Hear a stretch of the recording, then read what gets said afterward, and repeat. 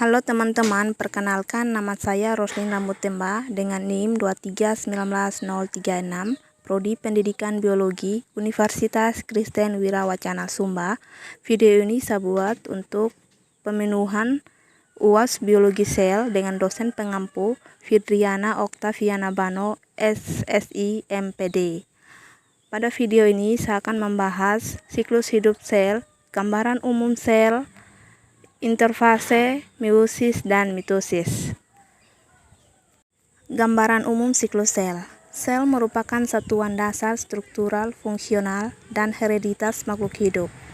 Untuk pertumbuhan dan perkembangannya, setiap organisme hidup tergantung pada pertumbuhan dan penggandaan sel-selnya.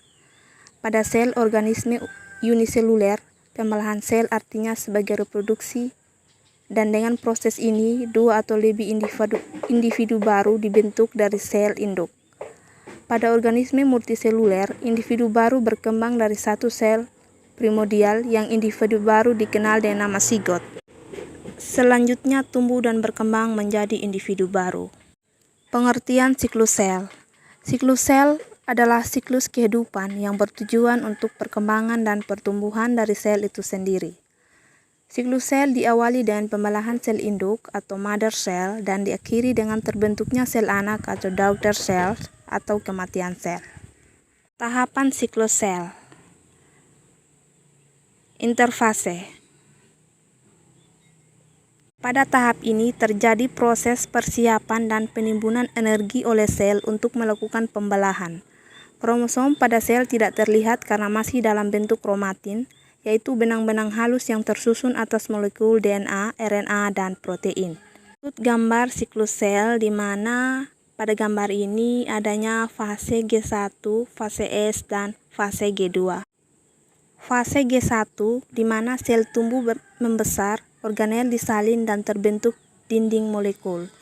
Fase S, sel mensintesiskan salinan DNA dalam nukleusnya. Sel juga menduplikat struktur pengorganisasian mikrotubulus yang dinamai sentrosom. Sentrosom membantu memisahkan DNA selama fase M nantinya. Fase G2. Semakin besarnya sel, terbentuklah protein serta organel. Mitosis.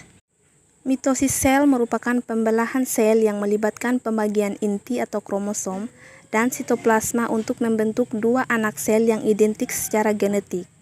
Kedua sel anak yang terbentuk memiliki susunan genetika yang sama dengan induknya.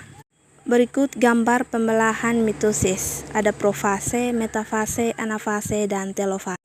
Ada 4 fase yang terjadi dalam tahap mitosis sel, yaitu yang pertama ada profase, di mana membran inti mulai rusak menjadi bagian-bagian kecil atau fragmen, benang-benang kromatin menebal dan memendek membentuk kromosom. Kedua ada metafase. Pada metafase terjadi penyebaran kromosom tepat di bagian tengah sel. Ketiga ada anafase, kedua buah kromatin akan memisah menuju kutub yang berlawanan. Pada akhir anafase kedua, kutub sel akan memiliki kromosom yang jumlahnya sama. Yang keempat ada telofase, di mana membran inti mulai kembali bergabung, kromosom mulai meregang dan setelahnya akan terbentuk dua sel anakan yang bersifat diploid. Meiosis. Meiosis adalah pembelahan yang menghasilkan sel anakan dengan jumlah kromosom setengah kromosom induk. Pembelahan meiosis juga disebut pembelahan reduksi karena pada proses pembelahan ini terjadi pengurangan jumlah kromosom menjadi setengah kromosom induk. Berikut gambar dan tahapan-tahapan pada pembelahan meiosis. Yang pertama ada profase 1, di mana membran inti mulai rusak menjadi bagian-bagian kecil atau fragmen dan terbentuk gelondong pembelah. Kemudian benang-benang kromatin memadat menjadi kromosom dan kromosom homolog berpasangan. Kemudian terjadi pindah silang atau pertukaran segmen molekul DNA yang sesuai di antara kromatid non-saudara. Berikut ada metafase 1 di mana kromosom berjejer pada bidang pembelahan. Berikut anafase 1, kromosom homolog memisah dan bergerak ke kutub-kutub yang berlawanan.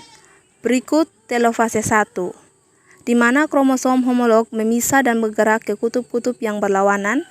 Kemudian membran inti mulai terbentuk kembali, kemudian sitokinesis menyebab terbentuk dua sel anakan yang bersifat haploid. Berikut ada profase 2, di mana membran inti mulai rusak menjadi bagian-bagian kecil atau fragmen dan terbentuk gelendong pembelah. Kemudian kromatid mulai bergerak ke bidang pembelah. Berikut ada metafase 2, yaitu kromosom berjejer pada bidang pembelahan.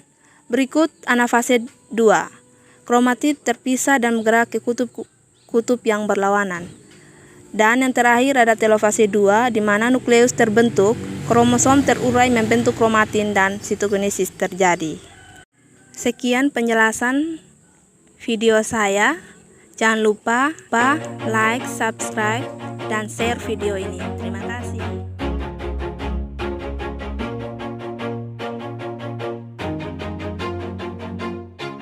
Always do it on my own, so I gotta get through it. And